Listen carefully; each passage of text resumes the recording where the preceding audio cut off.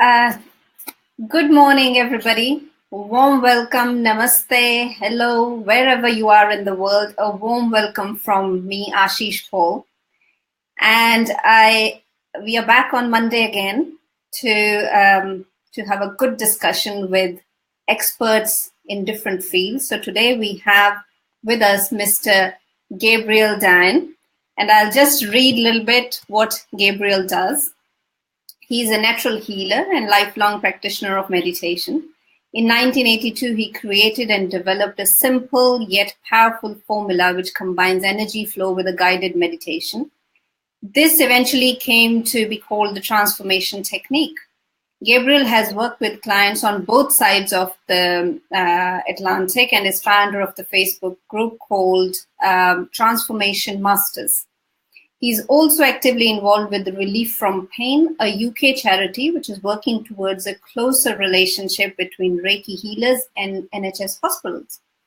On a personal level, Gabriel takes a strong interest in anything and everything that is proven to enhance and sustain healthy living and longevity. Welcome, Gabriel. It's wonderful to have you on the show. And welcome, and am I showing up on screen here? Anyway, for anyone who's tuned in now, good morning or good evening, wherever you may be, whichever world you're living in, whichever century. We never know how things are going to go in the world of quantum entanglement and broadcasts going all over the place, and you never know when people are going to be seeing or hearing this. So thanks for having me on the show, Ashish, and let's have some fun over the next half hour or so. Oh, yes, definitely. I'm so excited to have you. And I know that many people who are waiting to hear you as well. So tell me, first of all, when did or how did you discover you were a natural healer? It was a funny story, this one. It was at the 1980 Festival of Mind, Body and Spirit at Olympia in London. And I thought, well, this is a cool place to explore and discover all kinds of things. And one of the things I was checking out was Kirlian photography.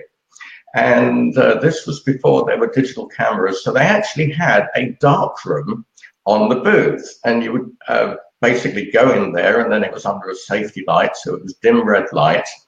And there was the Verograph, the little box with a glass plate on top, and they would put photographic paper on top of that, and you put your hand on top of that, and then waited for a little while. Now, as I was looking at my hand in the dim red light, I could see little wispy lights around my fingers, which I'd always seen, and I'd always put that down to optical illusion. But what was interesting was when the machine was switched on for 15 seconds, I saw exactly the same, but much brighter, much more intense. And I thought, well, this is interesting, because I wasn't seeing something different. I was seeing the same thing, but more intensely. So what that basically did for me was to give me validation, first of all, for Kirlian photography, and secondly, for my own vision and eyesight. So I thought, well, okay, this is at least validating something. And then the photographic paper is put in the developing dish and fixture, and it's rinsed out, and then it's taken out, and then you come out of the darkroom. And then the way they were set up on the booth, you then waited a couple of minutes or so, and then they had somebody to interpret your handprint. So as the handprint was being interpreted, they started out by telling me a few things which I already knew about myself, and that then validated the interpretation enough for me to be open to, well, okay, what else is there that I don't know? And then they pointed to a particular pattern that was on one finger, and which apparently was very unusual. And it shows, what they basically said was it shows healing ability. And the next thing I knew, he was calling some colleagues, and there was whispering in the background, and there were a lot of people lined up. And somebody said to me, I've got a headache. Do you think you can get rid of it? Now, at that moment, I thought a friend of mine had set this up. I thought there was a hidden camera somewhere in the background, and I thought, well, look, if this is a prank, I'm going to play along with it. I'm going to out-prank them. So what I did was, he's got a headache, and I started to act. I said, no problem, and I put one hand behind his head, the other hand in front of his head, and I said, now relax, and breathe deeply, and it will all clear up in a couple of minutes. And I looked at the expression on his face, and it went from stress to relaxation. And I thought, wow, these people are professional actors. I mean, people get paid millions in Hollywood for a close-up with this kind of control. It's amazing. So I thought, well, if I'm going to out-prank the prankers, then I'm going to have to keep this up as long as it takes. And then there was somebody else with a stomach upset, and that cleared up. And then there were a few people that were fatigued from wandering around the expo half the day. And so I dealt with all of them, and I thought, where's the guy that's going to point to the hidden camera? Never happened. And then it got quiet, and I thought, now what? So I picked up a copy of a book that was lying around. It was called The Unseen Self by Brian Snellgrove. Now, at that time, Brian Snellgrove was the foremost UK researcher in Kirlian photography. And this book represented 5 years of research, analyzing Kirlian handprints and mapping out against known profiles of various individuals. So I picked up this book and I started to analyze my own handprint, and I could see a lot of things which made sense. And this then validated the book. And so I thought, well, now what's going on here? Then I found the part that related to the pattern that got everyone's attention. And I haven't got the book in front of me, but going from memory, apparently this pattern only shows up in the world's most powerful natural healers. Right. Now, when I read that, goosebumps, and I was in shock, and I thought, wait a second, none of these people were acting. There was actually real healing going on just a few moments ago. Yeah. So I thought, wow, how can you be one of the world's most powerful natural healers, unquote, without even knowing it? How can you actually perform healing thinking that you're only acting and you're not healing at all? I wanted to know, well, what exactly is healing? How does it work? Where does the energy come from? How does all these questions? My scientific mind was totally buzzing. And I thought at the time that I was in the perfect place to get answers. I was at the Festival of Mind, Body and Spirit. There were all kinds of different organizations around with booths. And so the next place I went to, it looked professional. It was the National Federation of Spiritual Healers. And there were these people wearing white coats like laboratory technicians or doctors. And they were doing hands-on healing. I thought, great, let's find one that's got a few spare moments and ask, what is this all about? Mm-hmm. The answer that I got was not what I expected. There was nothing scientific about it. What I heard was a religious belief system. Mm-hmm. More specifically, it was a Christian-based religious belief system. Yeah. Now, I know a number of people in the audience who are Christians are getting a warm, fuzzy feeling right now. But that's not the feeling that I got, because I have a Jewish background. And back in those days, especially the relationship between Jewish community and Christians was not as good as it is today. Yeah. So my knee-jerk reaction was, excuse me, I've just been healing a lot more people than all of your healers put together. And I don't believe any of this stuff. So I'm, with respect, I'm going to go off and find another explanation. Mm. And what I found on my journey was that different people had different belief systems. Yeah. And finally, I found somebody that was actually on a booth. He was doing hands-on healing and having a conversation at the same time. Now everyone else, in contrast, had just been, do it very somber and silent and all of that. But he was having, I felt like I was in a hair salon, saying, he was going, so are you going anywhere interesting for your holidays this year? And that was a conversation. And I was able to join in the conversation at one point because he kind of glanced in my direction and says, hi, come on in. and continuing doing the hands-on healing. And I said, so what are you actually doing? And he said, well, that's a very good question. I have no clue what I'm doing, but I'll tell you what, it works. And as long as it works, I'm going to keep on doing it because it's obviously helping a lot of people. Yeah. And I love that. That was just a breath of fresh air in that moment. And I adopted that philosophy personally. And then just started any opportunity, just send some energy out or do some hands-on and let people benefit from it. Because as far as I was concerned, it didn't cost me anything, and it's helping people out. Why not? But I still wanted to know, well, how does it work?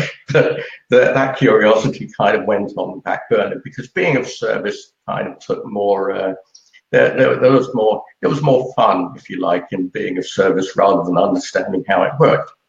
But what I then discovered is that, you know, when you pick up a fiction book and you're reading it and the characters come to life and you can hear the dialogue, it was a little bit like that. Whenever I was working with the energy, there was a flow of information that came along with the energy. Now, it didn't come in words or pictures, but it came in just knowing.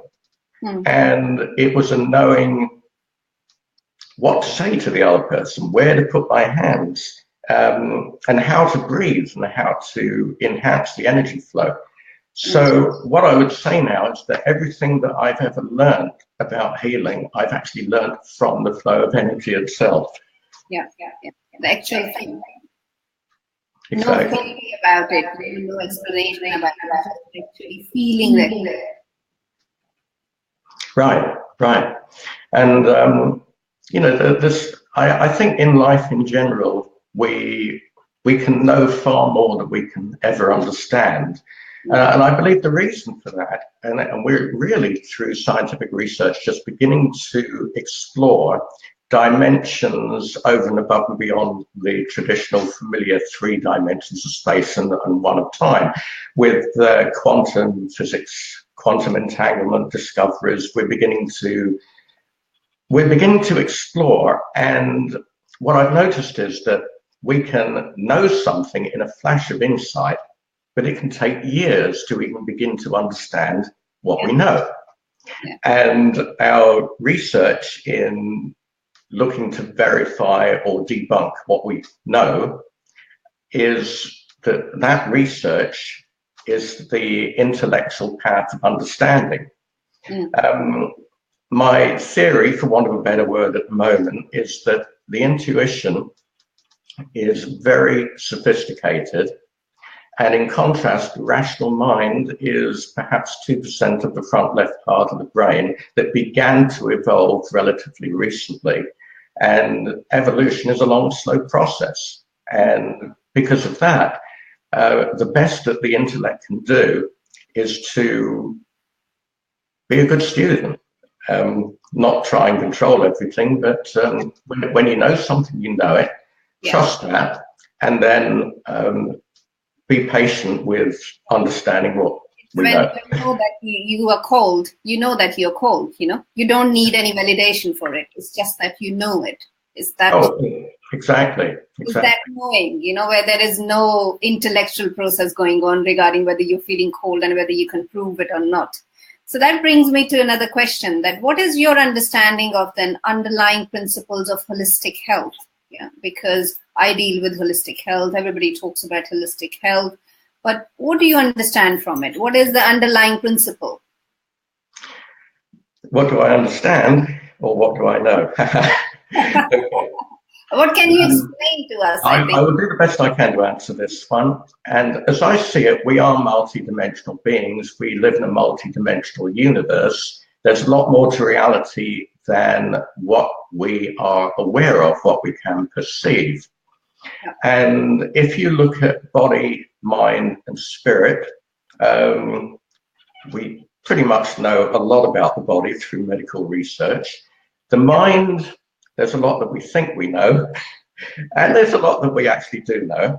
Yeah. And with regard to spirit, or even soul, it's a questionable realm that's full of knowing and insight, but very little understanding, if any. And unfortunately, a lot of disinformation, a lot of fantasy-based belief systems out there, which ultimately you can neither prove or disprove. It's like if I was to say the number of stars in the universe is and come out with a long string of figures. Well, it's a statement which can neither be proved. The only way to prove or disprove it is to go up there and count them. and then, as any astronomer will tell you, what you're looking at through the telescope is history, because it takes time for the light to get here from everything. So it's just a nonsense. It's a nonsense exercise. Yeah. But with regard to holistic health, the best we can do is to be focused on the desired end result, which is a state of well-being and maintaining that state of well-being. And very often it isn't a case of treating symptoms, it's a case of understanding the root cause of any ailment and being open to new discoveries in what it will take in the moment to correct the underlying cause and get back into the body's ability to not only heal itself, but then maintain optimum health. Yeah, yeah. So I think it's being open to the idea that only because I think that, back pain can only happen from, say, prolapse disc, but we know that people who have got emotional issues, back pain exaggerates, and they have issues with back pain as well. So for us to keep an open mind, that we don't only fit into our idea of how a disease may occur or how some symptoms may occur or manifest, but rather, think that their emotional health, their, past life health or past life things might affect as well. So just keeping an open mind for holistic health, because it's holistic. Holistic means wholesome, yeah? So everything is included. Absolutely. And everything includes what we know, and the vast part of everything, I suspect, is what we don't know. Yeah, absolutely. And you know that I work with Ayurveda, and Ayurveda is one of the key things of Ayurveda is that it's preventative medicine. So it talks a lot about what we can do beforehand, so that disease or symptoms don't happen. So that it talks a lot, much more into detail into our daily schedule, our seasonal schedule, how we should live our life. Yeah, which for most people it's boring because you have to restrict your daily living so much, that people think, oh, I can't enjoy this. I can't enjoy Coca-Cola because, ideally you shouldn't be drinking it. So when it comes to preventative medicine, what in your personal experience have you found helpful in maintaining well-being? I know what I have idea in relation to Ayurveda, but what have you found helpful? What I've found helpful, I'd sum up in mindful awareness and having as much fun as possible. For example, with food, by being in touch with our inner needs. The right food is going to be appetizing, and the wrong food is going to have the exact opposite effect. So what I do is, when it comes to cooking, I have an imaginary kitchen. And in that imaginary kitchen, I've got all the ingredients in the universe, and I experiment, and I go back to the drawing thousands of times a second, because you can, in your imagination, you can stir something in, you can taste it, and you can say, I don't like that. You can go back and take that out, which you can't do in a physical kitchen. So by the time I'm actually going into the physical kitchen, I'll get everything right first time because I've already rehearsed it. Now, I'd also say that when it comes to choosing ingredients, the first stage of digestion is to go shopping. It's the first stage of digestion. The second stage of digestion is cooking, and the third stage, of course, is eating. And there are many stages after eating of we would go into the whole digestive system and how that works. And then beyond that, we're looking at the quality of blood going through the brain. So the quality of thinking, what fuels our ability to be creative, whether we're writing, composing music, painting, filmmaking, whatever it is. It's all down to the quality of blood flowing through, and that comes down to being in tune with what our body's needs are and getting our diet right. So, as I understand it, Ayurveda is very much along the lines of what I've just been outlining, plus a lot more than that. And I would think that how Ayurveda was created in the first place was that somebody asked questions such as, how come some people are healthier than others? What are they doing? And then how come one healthy person does this and another healthy person does that? How come that some things work for some people and other things work for other people? So these questions would have led to, by reverse engineering reality, come up with the principles of Ayurveda. That's as I see it. Yes, it's just that it's hard for many people to realize, because it's a non-tangible effect. You know, you cannot put a finger on saying that, okay, because I haven't been doing this. We can only know when people have symptoms. We don't know when they're healthy. And when people are healthy, we almost forget about our health, or that we have an issue. So that's where I find that when we talk about preventative measures, unless other person is really on board and understands, it's very difficult for somebody to see any effect. They can only take your word for it. They can only believe that, okay, what you're saying is correct. So that's where I sometimes find that even though now people are much more interested and they know that, because they have so many health issues and they know, but it's just something which is almost faith-like, that we cannot know until or unless we do really detailed biochemistry studies and we, study everybody's blood profiles every single day to really notice the impact that have, and we can't really do that kind of detailed stuff. But yes, preventative medicine is a fascinating field, and then it leads on to how it keeps us holistically healthy. I think we're gonna run short of time with you today, because I would have liked it to really have a long discussion, because we can go on and talk a lot. But I would like to ask you, Gabriel, have you had any personal story or personal health crisis, either with you or somebody you love, family or friends, where you have used all these principles together? You brought everything, whatever your knowledge, your information, your own wisdom, and your own healing. Have you ever had that experience?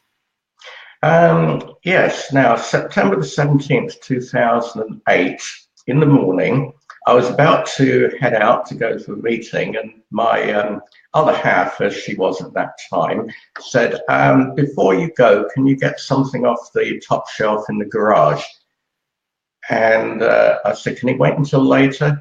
And she, no, I really need it now. So I thought, well, I've got a couple of minutes to spare. So I went in the garage and put the ladder up and climbed up. And as I was getting this object off the shelf, which was very heavy, the ladder gave way. So basically the ladder went one way, I went the other way, so I was falling down, and there was no way I could land on my feet. So what I did was to stick my chin into my chest and actually spread my arms out. So that was to space out space out the trauma as wide as possible, and to save the head from any injury.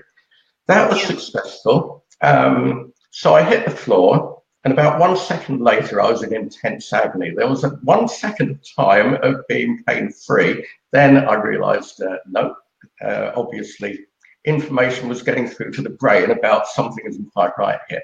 And I couldn't get up. I was rolling around trying to get up, and I couldn't.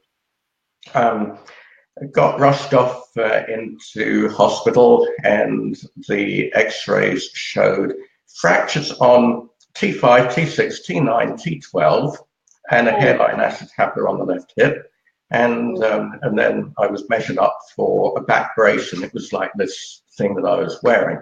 So I said, how long am I going to need to wear this? And they said, about 12 weeks. And without thinking, I blurted out, 12 weeks, fine, I'm going to be out of it in 5. Where did that come from? Well, where it came from was that over the next few weeks, I was just working on, focusing on recovery. And it was actually after 5 weeks that when I finally managed to get it off, not just loosen it in the shower, but actually get it off, then I was able to go without it. I thought, wow, okay, looked at the calendar, 5 weeks. Then I remembered that statement I'd made, and that was it. But going back to when I was first in the hospital, and I spent actually 4 days in a hospital bed, all of my goals and dreams and visions for the future went out of the window, and I only had one goal, and that was to be able to get out of bed unaided and walk 15 feet to sit on the toilet unaided. That was my goal. And it was totally the needs of the moment, because I figured out, and until I'd mastered that, I'm not even ready for anything else. So the point being that when major disaster hits and you're in your survival mode, you can be reset to zero. You can be totally reset to zero. Wherever you were, you can have the rug pulled out from your feet. But what it takes to be a survivor is to be able to start from scratch with nothing and step by step move forwards. And then, of course, you recover, and then you get to even greater heights than ever before because you're stronger than before. I think it's also the idea that people don't know that they can heal themselves. They have the access to that potential, healing potential, because most of us are not open to that idea. That you basically healed yourself. Yeah. Instead of 12 weeks, you were up and running in 5 weeks. So only because you have this knowledge coming from wherever. Yeah. But most of us don't have that. And even if somebody says to them, they think, no, it's only because you are saying it. I don't have that capacity. So it's your own, faith in that, what we call the quantum potential that we all have, and I think that's, that's a great testimony to our own potential, that what we can do, not just to ourselves, but to others as well, which is what healing is as well, So, yeah. Yes. Now, in 1954, when Roger Bannister became the first person to run a mile in under 4 minutes, the British Formula One motor racing driver Stirling Moss said, I could have done that if I was prepared to pay the price. And what he meant was focusing on the specific training for that achievement. Now, since then, of course, a number of other people have run a mile in less than 4 minutes, and somebody actually beat that record, and so on. But it was a psychological barrier before then. A lot of people believed it just wasn't possible to run a mile in less than 4 minutes. And I believe it's like that with everything else. It all comes down to mindset. Once we break through the mindset, then we're at the starting point of working towards something. And to get the mindset, I think it really needs a strong enough desire. If we go back to before 1989 with people in Russia who wanted to escape the communist oppression and go to America where they could have a much better lifestyle, the way they did it was to become the best in music composition, ballet, any talent they wanted to, and in scientific research, become the best and use that for US immigration. And look at the desire level for that and the reward. Yeah, I agree. What I have found with patients and with people surrounding me, people who have this strong desire to live, strong desire to be just healthy, they are the ones who are more healthier. Even in a scenario where they are probably dying, they will be more happier and healthier as compared to somebody else. Yeah. So, I totally agree. And thank you so much, Gabriel. We are a little short of time today, but I was really enjoying our conversation. We could have gone on for much, much longer. But I must thank you for your time, and I'm sure people who are listening, they will find you really interesting. And I know that once, I remember when we had the conversation first time, it went on for hours. So, maybe another time we can do a longer one. Absolutely. Well, it's been fun, and thanks for having me on the show. And consider this end of part one, and I'll be back whenever. In fact, I'm going to invite the audience. If you enjoyed this and you want to hear more, write in and put in a request. And if there's enough requests, then I'm very sure that I'll be invited back. And also, if you want to go to my website, transformationmasters.com. Then you can get in touch that way and discover all the fun things that are happening with the Transformation Discovery Day and much more. So thanks again, Ash. That's great. Thank you so much, Gabriel, and thank you for everybody who's listening now or who will tune in and listen to recorded version afterwards. Thank you. Have a great day.